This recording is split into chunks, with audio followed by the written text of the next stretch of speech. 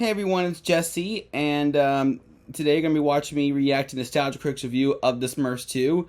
Now, I assume at this point you've seen my reaction to his review of the first Smurfs movie, and I feel like I should clarify something. When I realized I liked the movie, it wasn't because of, like, nostalgia, because I don't really have any, nor is it me gaining more appreciation for it after seeing the new one, because, like, I came to this realization before I saw the new one in theaters, which is weird. Like, I just watched it after, like, a year after my review, and now I was like, oh wow, I suddenly like it again. That is so weird. And yet I didn't feel the same way about the sequel. I didn't come around on the sequel much on the viewing, and yet somehow I still bought it on Blu-ray for the sake of both completion and nostalgia, because when I was 10, I watched the shit out of this movie. Like, in the summer of 2014, I watched it almost every day. It was either this or Cottage Meatballs 2. So I decided to buy it again. It cost me less than... I decided to buy it, for the first time. It cost me less than $7,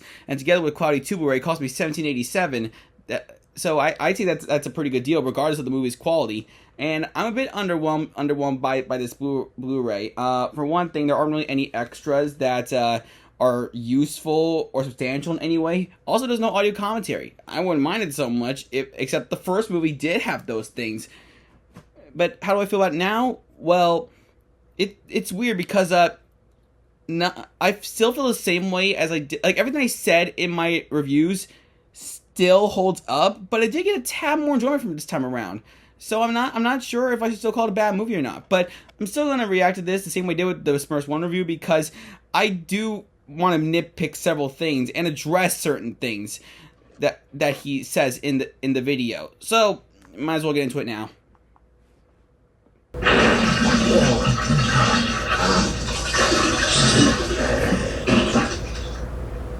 Hello, I'm the Nostalgia Critic. I remember it so you don't have to. Doesn't look very happy. Blue-related pun, I don't know. I just want to get this review over with. Royalty-free music. Glad you're acknowledging that. After the, and I can't believe I'm saying this, smash hit Smurfs movie, it only figured to do a sequel with the exact same people. The downside is it's lame, contrived, not funny, bad for kids, bad for adults, bad for anyone. Actually, let's make this easier. The upside is it made a lot of money. And of course, that's what matters most. Why is he acting like he lost faith in humanity? Well, to make more money back. The result, once again, is an unpleasant bouquet of nausea under the guise of family entertainment. Then, seeing how the last time I did a crossover was with the Black Nerd, it only figures to extend him the same offer again. Hey, Black Nerd, how you doing? I think he messed up that wording. I think I meant to say when I reviewed the first movie it was a crossover with Black Nerd, not last time I did a crossover was with Black Nerd. That's totally different. The Patriots losing, alright? Ain't no way that ass can cheat their way to victory this year. You know what I'm saying? When you gonna come back? Oh, alright? I got to get high. Man, Black Nerd has to review of the new Power Rangers movie trailer. And I can't do that unless I get blazed at. Oh, hey man, I'm about to call you back. There's a White Walker present. Well. Double reference. Nostalgia, bitch. Hi, Black Nerd. I was reviewing Smurfs 2 and was wondering... Oh, and I get it. You thought I was gonna leave beautiful sunny California to fly to your neck of the woods. Right, he's in Chicago. Winner, talking about a damn Neil Patrick Harris Smurf sequel with your punk ass? Oh, I don't know about my ass's punk qualities, but... It's not about your ass. Me, you think I'm all just Smurfs and Ninja Turtles and Power Rangers and Tiny Toon Adventures and shit? Yes. I'm a grown-ass man. What about you? You sit around all day watching 80s and 90s kids' TV shows and movies? I don't know. That's real sad. I feel bad for you, Critic. I'm gonna pray for you. Maybe the next time you do a charity shout-out, you should be shouting out and getting you a light. I ain't got time for this. I got an underground gambling ring to take care of. Not to mention all those hot Nintendo Switches I'm gonna sell on eBay that fell off a truck. You ain't hear that from me. Alright, man. Peace, loser. Yeah, that's right. You better run. What you say, Bob? Nothing? Watch yourself. Oh, and by the way, call me when you do Smurfs the Lost Village review. I'll be right there for you, Critic. I love you like a play cousin. I'm Audi 5000. Chain chop, yo. 9 years later, still hasn't happened. Well, I'll show him who's got a light. I'm reviewing Smurfs 2. It's not that miserable. Opens with Smurfology. Isn't that the church Tom Cruise belongs to? No. The wizard Gargamel was concocting a diabolical plan. Definitely the same church. As the narrator gives the backstory of how their only female, Smurfette, entered their group as a creation of Gargamel to infiltrate them. Gargamel. Good in her. He turned her into a true blue Smurf. What did he do to her in there? Is it the same He gave her a formula. that woman's house to regain life? Because if so, this will be more than a PG. But it seems like she still may have a little bit of evil in her. She's got a dragon one! Oh, it was all just a bad movie. Smurfette, are you okay? I heard you from my peeking perch outside your window. There. Everything's going to be fine. Now I'm sure you were going to take a shower or something, so why don't you get to that? The joke. Gargamania, the magical sensation that... Okay, that's not just like the last movie. Just like with the first movie, he skipped over my favorite joke in the entire movie. I mean, some of you will say that the ass chomp is the best joke in the movie, but it's not. It's not even close. No, this is the best joke in the movie. You belong to Gargamel. You belong to Gargamel. You belong to Gargamel. Say it. You belong to Gargamel. Aye. You know what? Never mind, sir. You're a dim-witted toad. You're a dim-witted toad, sir? No, actually, you are! And then he turns him into a toad. That's just funny to me. The movie kindly reminds us that Entertainment Tonight is still on TV, and Oof. Bill uses what little magic he has left to become a famous magician. This displeases his bad Meow Mix commercial. I mean Pet Cat. Father's going to love this! I just want to play. These two characters are Vexy and Hackus, played by Christina Ricci and J.B. Smoove. I'm introducing them to you because the movie forgot. We didn't see them made, we know nothing about them. We're just stuck with these two characters that never ever got an introduction. I have a theory about that.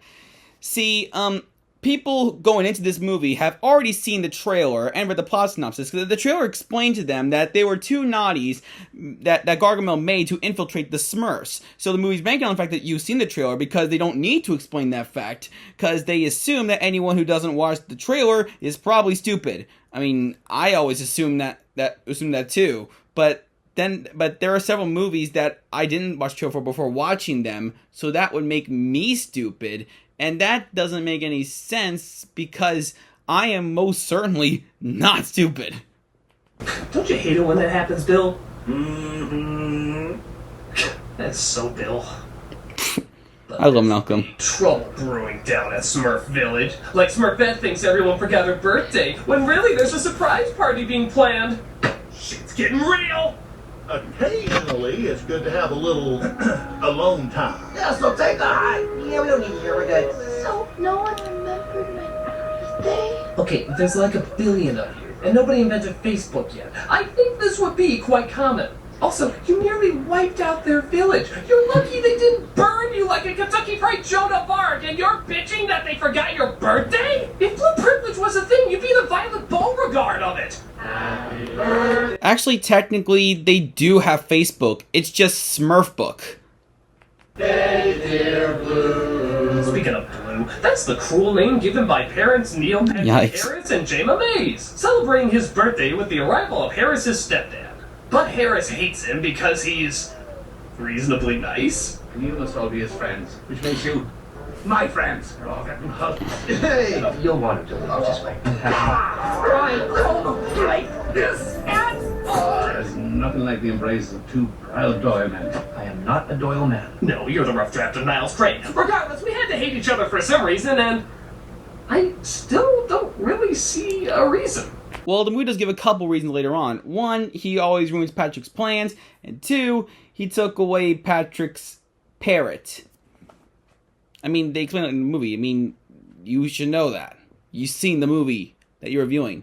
I'm going to present each and every one of you with a free corn dog. Oh no, he accidentally gave someone allergic to peanuts a peanut product. Okay, now he's a bastard. We sympathize with Harris. He shows up and he ruins things. That's what he does. You hand out treats, hugs, and compliments in hell where they belong. So Gargamel says he wants to kidnap Smurfette to figure out how he can make Blue Smurf so he can steal their magical essence to take over the world. And then the entire world shall bow before me. Huh, that seemed like kind of a leap there. It used to be he wanted to eat them, then he wanted to turn them into gold, then he wanted to increase his magic, now he wants to conquer the world. Jesus, he's gonna run out of things he wants to do soon. The entire world shall bow before me, and after that I'll take up skydiving. I don't know, just making this up as I go. So he opens a doorway to Smurf Village through, I bet you've never seen this, a portal in the sky! It's called a sky hole. Any of these jokes, I have a punch card for a free sub. Oh, thank you. And he sends Vexy to kidnap Smurfette.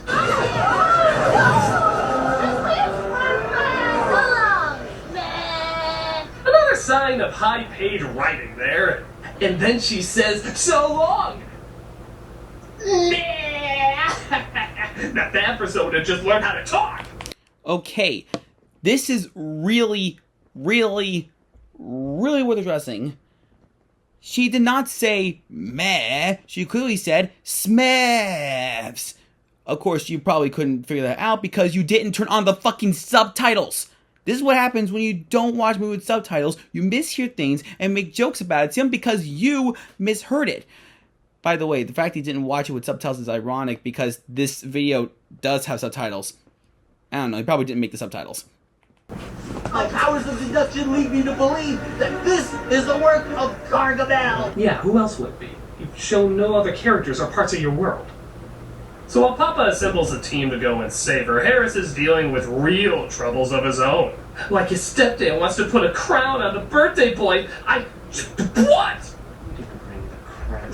Don't put the crown on him. This is the way you do it, look. Do you see what is going on out there? Oh yeah, he's a terrific role model. Well, this is inexcusable. What kind of monster would do such a thing? Oh, no skit. Hey, Tamara, what's wrong with you? Well, after being estranged from my drunk, abusive grandpa for years, he calls me up today and tells me that even at birth, he didn't consider me part of the family. Oh, come on, that's nothing. This grandparent gave his grandchild a paper hat. A paper hat!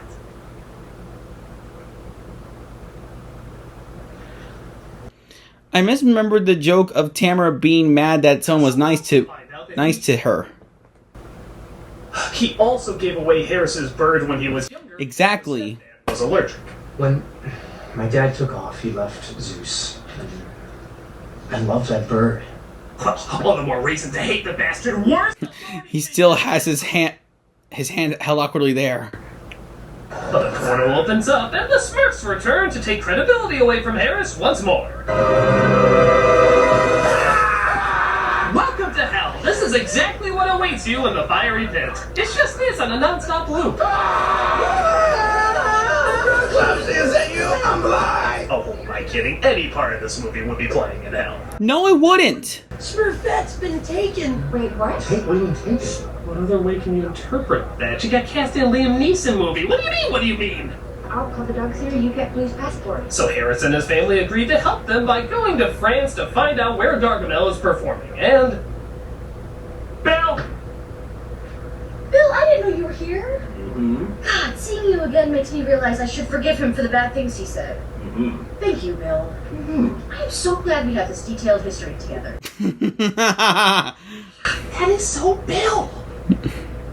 Shayla tries to find out what room Gargamel is in, but the hotel won't let her.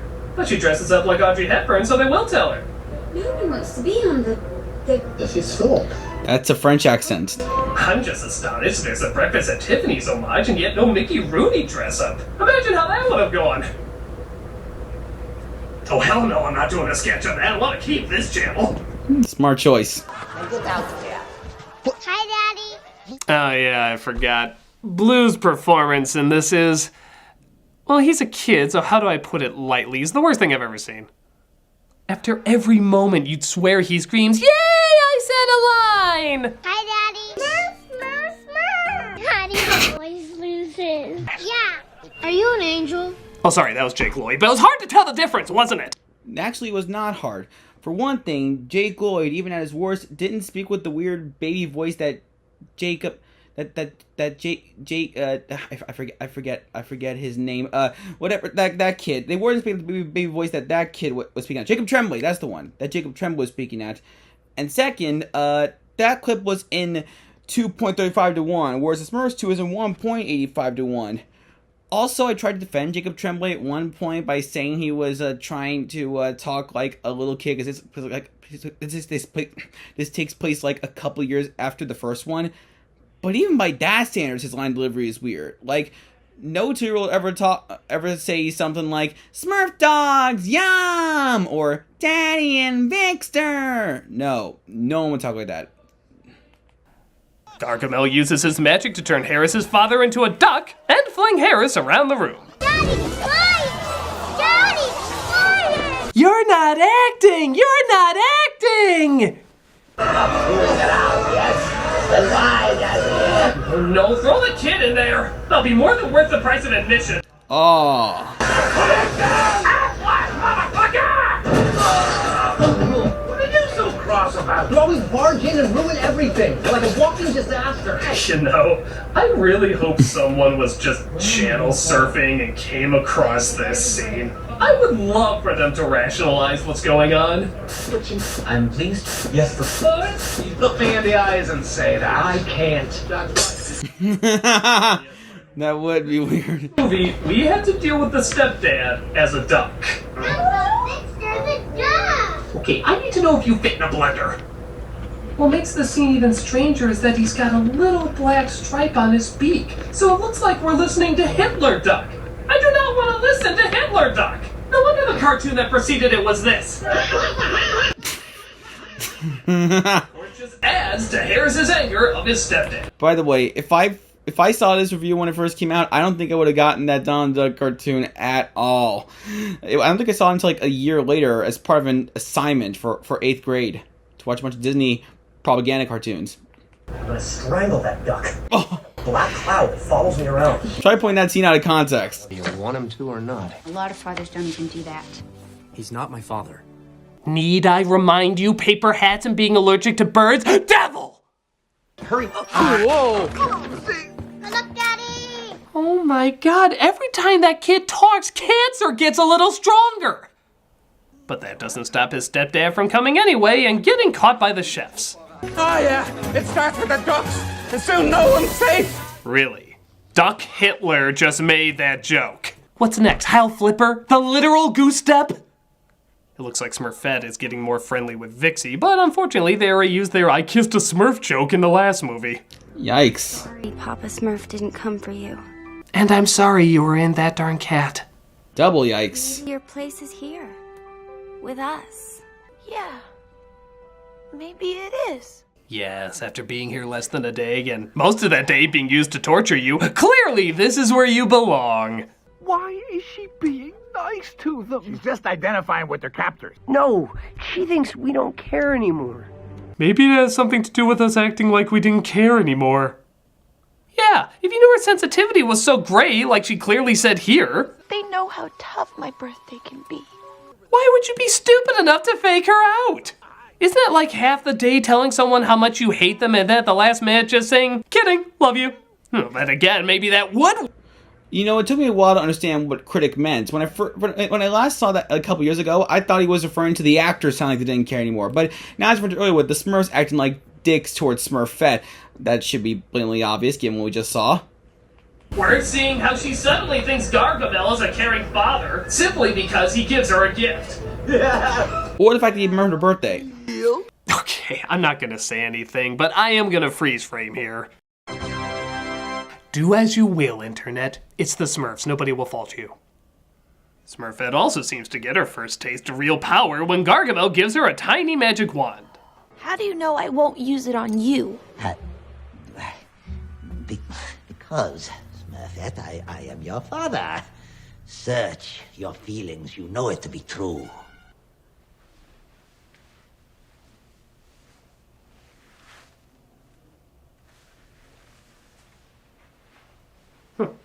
Well, at least he didn't do that. I have to admit, I do kind of like seeing her go a little sadistic now that she can. Sing the La La song.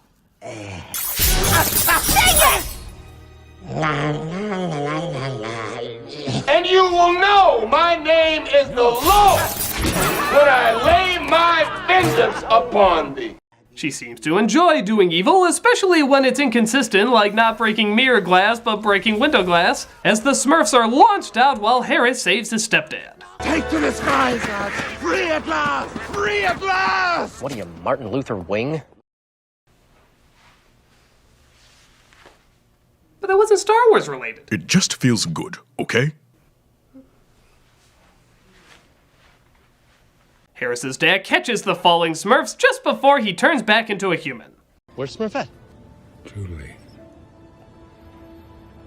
Nice going. You are Satan's anus with Klansman mustard! How dare you save the Smurfs from a falling building! Actually, I would hate him too.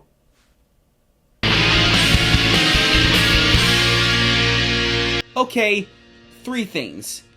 1, the problem was that he saved the Smurfs. The problem is that Patrick had a plan to save Smurfette, and it failed because Victor intervened. 2nd, the building was not falling, the Smurfs were falling off the building. And 3rd, why would you hate the Smurfs if they were falling from a building? Why do you want the Smurfs to die? They've done nothing wrong. Again, I think you're just hating Smurfs for the sake of hating Smurfs.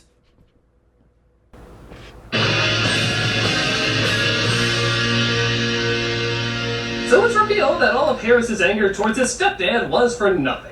Oh, not because Harris was being a total heartless dick, but because the bird that was taken away from him as a kid wasn't because the stepdad was allergic, but because Harris was allergic. Your mother and I both knew that it'd break your heart to think the bird had to go away because of you. Sniff my feathers. Truth itches, doesn't it? Well, that changes what was obviously a legit reason to hate a parent. Why, that's almost as dumb as hating your family because they forgot to throw you a birthday party. That old bit. What do you think was the first take? I mean, if they always have to use the best take... Why is he endlessly bashing on this kid? Where?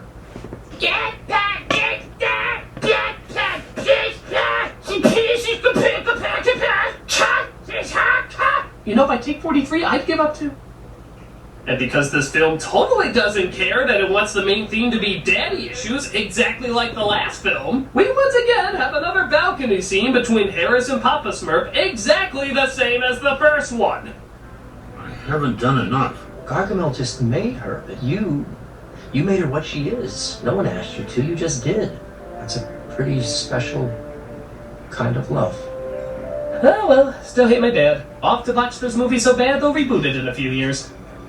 But Gargamel... No, what happened there is that Patrick realized while saying that this also applies to his stepdad. Finally shows his true colors and tells Smurfette that if she doesn't give the secret formula to... Don't say it, don't say it. He'll let Vexy and Hackus die. I'm not seeing the downside here. What do you mean you don't see the downside? Have you seen Vexy? I mean, just look at her. Look at her. Now that is a true sylph. Or is it an elf? But either way, I think it goes without saying. I mean, plus, they're played by Christina Ricci and J.B. Smoove. I mean, seriously. I mean, if the character was played by Christina Ricci and or J.B. Smoove, I would not want them to die. I'll give it to you.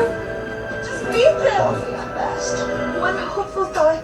A dab of royal jelly. Weapons grade plutonium. A unicorn's urine. Oh, come on. A Smurfs movie with glowing reviews. Okay, now you're playing with me. See my Raja Gosnell ranking for more info. The formula works, and he puts them in an evil machine to suck the life out of them to gain their essence. Hey, this might be a happy ending after all. What? There she is. Papa? Oh, Papa. I gave Gargamel the form. What is this man's problem with Smurfs? So that's 2 stupid things you did. I so disown you. That's not stupid. Oh, fuck it. Soon Gargamel is taking all their essence away. Oh, what? No onions? I'm still not over that. What was that about?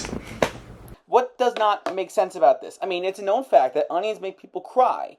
And, well, that's what Papa's worried about. He's going to cry when he sees the onions. and Smurf tears make Smurf essence, which Gargamel will then use to power his machine. What doesn't make sense about that? But Harris and his stepdad reunite and destroy the evil machine, resulting in, I'll give credit, a very pretty visual. Even shit can accidentally look beautiful sometimes. Well, at least there's one positive there. And the Smurfs are safe once again. Is this what happy feels like? No. No, if it's in this film, it's not what happy feels like. Stop it.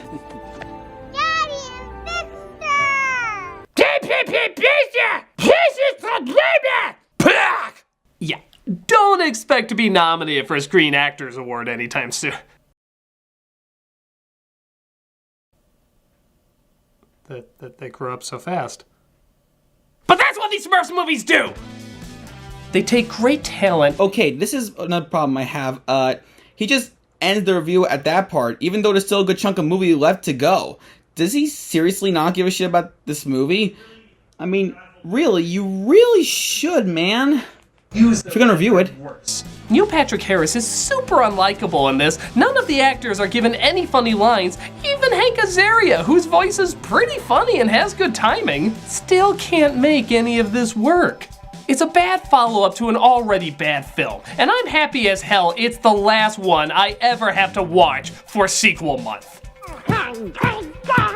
Okay, this is another slight issue I have. Like, those are his final thoughts of why the movie's bad, and his only reason is that it poorly utilizes great talent.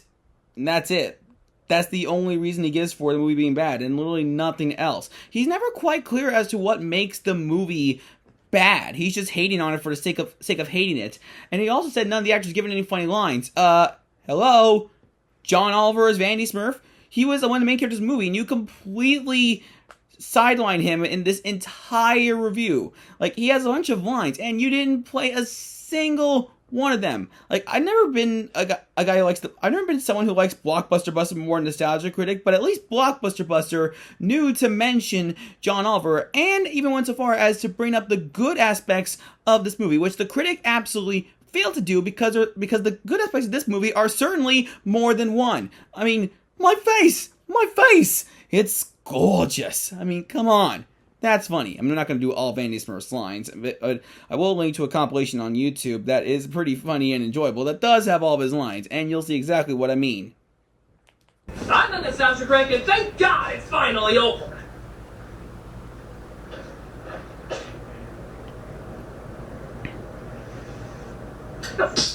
You can't just do 2 sequels for sequel month. Oh really? Let me check my rule book. That doesn't exist. Oh yeah, here it is, right under Article 1. Okay, the people deserve more, even if it goes beyond the month. Yeah, but I'm not getting it. Oh, come on, Bill, don't give me that look.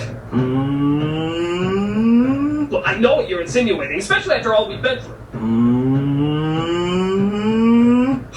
Okay, fine, I'll do one more, only for you, Bill. Isn't Bill wonderful? He is. I love you, Bill. After next week, there will be one more sequel review. Which one? Oh, you'll see.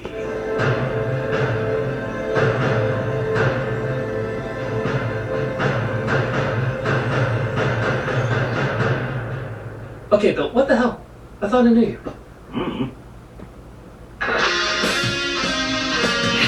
Turn this off right here.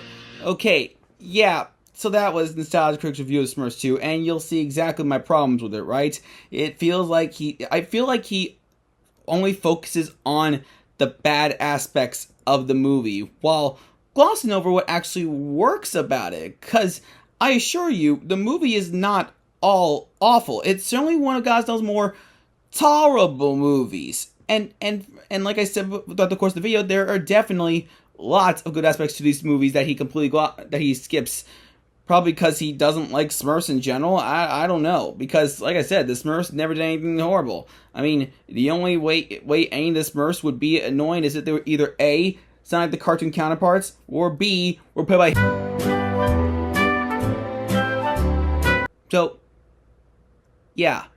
So, I'll link to in the description my Raja Gosnell ranking, and this time I'll link my Smurfs 2 review because the perspective I share on that ranking is similar to the one I share in that review.